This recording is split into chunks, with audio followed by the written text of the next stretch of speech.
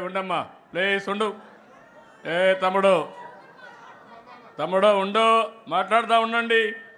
మీ సమస్య మీది, మీకు చెప్పాం కదా, మాట్లాడతాం కదా, మీ పనులుగా చేయడానికి.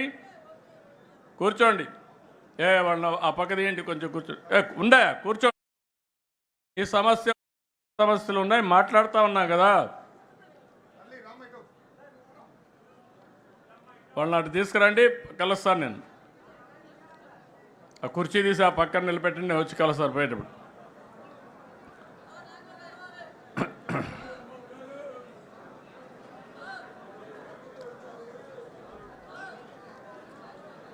ఇన్నయ్య అడిగిరా, మరీ అతిలుగా తయారవుతారు. సమయం సందర్భం కూడా ఆలోచించుకోవాలి వ్యక్తులు కూడా. ఈరోజు ఒక శుభ సందర్భంలో మనం రాష్ట్రం అంతా ఒక మెసేజ్ ఇవ్వాలనుకున్నప్పుడు మీరు కాగితాలు ఇచ్చారు, అన్ని కాగితాలు తీసుకున్నాం, ఆ పనే చేస్తాం, మళ్ళీ చేస్తాం. కానీ అందరూ ఈరోజు కార్యకర్తల సమావేశంలో మీరు ఒకటి గుర్తుపెట్టుకోవాల్సింది, నా దగ్గర కాగితాలు ఇస్తే పదవులు రావు, కానీ క్షేత్రస్థాయిలో పనిచేస్తేనే మీకు పదవులు వస్తాయి, గుర్తింపులు వస్తాయి. మళ్ళీ ఒకసారి చెప్తున్నా, నేను ఆ విషయంలో మీరందరూ గుర్తుపెట్టుకోవాల్సిన అవసరం. ఇంకా మనకు ఏదో కాగితం ఇస్తే పదవి వస్తుందని ఆలోచన చేస్తున్నారు, కానీ వేదిక పైనున్న ఏ నాయకుడు చెప్పినా, రాష్ట్రంలో ఏ నాయకుడు చెప్పినా నేనింటా. నిర్ణయం మాత్రం మీ పని మీదనే ఆధారపడుతుందని మరొకసారి విజ్ఞప్తి చేస్తున్నా. ఒకప్పుడు మనం ఒకసారి ఆలోచిస్తే ఈ పార్టీకి మనందరం వారసులం. ఈ విషయం మీరందరూ గుర్తుపెట్టుకోవాల్సిన అవసరం ఉంది. నేను కూడా ఈ పార్టీకి ఒక అధ్యక్షుడిని, ఒక టీం లీడర్ని మాత్రమే. నా ఆలోచన తెలుగుదేశం పార్టీ శాశ్వతంగా ఉండాలి. తెలుగువారున్నంత వరకు తెలుగువారి కోసం తెలుగుదేశం పార్టీ ఉంటుంది. దాంట్లో ఏమాత్రం అనుమానం లేదు. మన అందరం వారసులం మాత్రమే, కానీ పెత్తందారులు మాత్రం కాదు. ప్రతి ఒక్క కార్యకర్తకు న్యాయం చేసి తిరిగి ఈ సాంప్రదాయాన్ని భావితరాలకు అందించవలసిన బాధ్యత మనందరిపైన ఉందని చెప్పి మరొకసారి విజ్ఞప్తి చేస్తున్నా. అందుకే మీరు ఒక్కసారి చూస్తే ఎన్నో పార్టీలు వచ్చాయి. చాలా పార్టీలు ఎప్పటికప్పుడు కనుమరుగయ్యే పరిస్థితి కూడా వచ్చింది. కానీ అన్ని రాజకీయ పార్టీల కంటే తెలుగుదేశం పార్టీ భిన్నంగా పనిచేశాం. మీరు ఒక విషయం గుర్తుపెట్టుకోవాలి, తెలుగుదేశం పార్టీని లేకుండా చేస్తామని చాలామంది ప్రయత్నం చేశారు, కానీ ప్రయత్నం చేసిన వ్యక్తులు కాలగర్భంలో కలిసిపోయారు. ఎవ్వరూ తెలుగుదేశం పార్టీని ఏమీ చేయలేకపోయారు. ముహూర్త బలం చాలా గొప్పది. అదే మాదిరిగా తెలుగుదేశం పార్టీ సంకల్పం కూడా చాలా గొప్పదని చెప్పి కూడా నేను మీకు తెలియజేస్తున్నా. ఇంకొక శతాబ్దం కాదు, ఒకప్పుడు చెప్పుకునేవారు ఏదైతే గుప్తుల నాటి స్వర్ణ యుగమని, చరిత్రలో తెలుగుదేశం నాటి స్వర్ణ యుగం అని చెప్పుకునే రోజులు శాశ్వతంగా వస్తాయని కూడా మీ అందరికీ విజ్ఞప్తి చేస్తున్నా. 4 దశాబ్దాలు, 43 సంవత్సరాలు ఎన్నో సంక్షోభాలు వచ్చాయి. ప్రతి ఒక్క సంక్షోభాన్ని అవకాశంగా తీసుకున్నాం. అదే సమయంలో ఎన్నో సవాళ్లు అధిగమించాం. దానికి కారణం వేదిక పైనుండే వాళ్ళకంటే వేదిక కింద నుండే కార్యకర్తలే ముఖ్యమని చెప్పి కూడా మీకు తెలియజేస్తున్నా.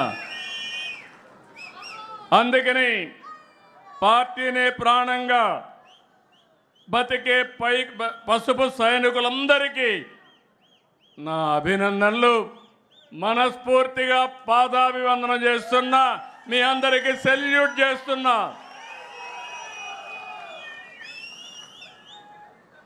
ఇంకో పక్క మనం అందరం కూడా పుడతాం, చనిపోతాం, కానీ ఎన్టీ రామారావు గారిని ఒక యుగ పురుషుడిగా ఆలోచిస్తాం. దానికి కారణం ఆయన జీవితంలో ఆయన చేసిన పనులు. ఈరోజు నేను పిలిపిస్తున్నాను, తెలుగుదేశం పార్టీ కూడా ప్రజల జీవితాలని ప్రభావితం చేసే విధంగా ముందుకు పోవాల్సిన అవసరం ఉంది. ఎవరైనా చరిత్ర తిరగరాస్తే తెలుగుదేశం పార్టీ ఆవిర్భావానికంటే ముందు, తెలుగుదేశం పార్టీ ఆవిర్భావం తర్వాత అని చరిత్ర రాసే పరిస్థితి తీసుకొద్దాం. మీరందరూ గుర్తుపెట్టుకోవాలి, ప్రతి ఒక్క కార్యకర్తకు గుండెల్లో ఉండవలసిన అవసరం ఉంది. తెలుగువారి ఆత్మగౌరవం కోసం పుట్టిన పార్టీ తెలుగుదేశం పార్టీ. తెలుగు వారిని అభివృద్ధి పందాన్ని నడిపించే పార్టీ తెలుగుదేశం పార్టీ. తెలుగువారి ఆత్మవిశ్వాసాన్ని చాటిన జెండా, తెలుగు వారికి ప్రపంచవ్యాప్తంగా గుర్తింపు తెచ్చిన జెండా, ఆడపడుతులకు అండగా నిలిచిన జెండా, రైతుల కన్నీరు తుడిచిన వెన్నంటే ఉన్న జెండా, సామాజిక న్యాయం చేస్తున్న జెండా, భావితరాల భవిష్యత్తుకు అండగా నిలిచే జెండా, అదే మన పసుపు జెండా. పసుపు జెండాకు ఒక విశిష్టత ఉంది. తమిళు అన్ని జెండాలు చూడండి, మన జెండా చూడండి. మన జెండాకు ఒక అర్థం ఉంది. అన్నదాతలకు అండగా ఉండాలని నాగలి, కార్మికులకు ప్రగతికి, పారిశ్రామిక ప్రగతికి చిహ్నంగా చక్రం, నిరుపేదలకు నీడ అందించడానికి గుడిస, ఇల్లు. ఏ సింబల్లైనా ఏ జెండాలైనా ఉన్నాయా తమ్ముళ్ళు అని మిమ్మల్ని అడుగుతున్నా.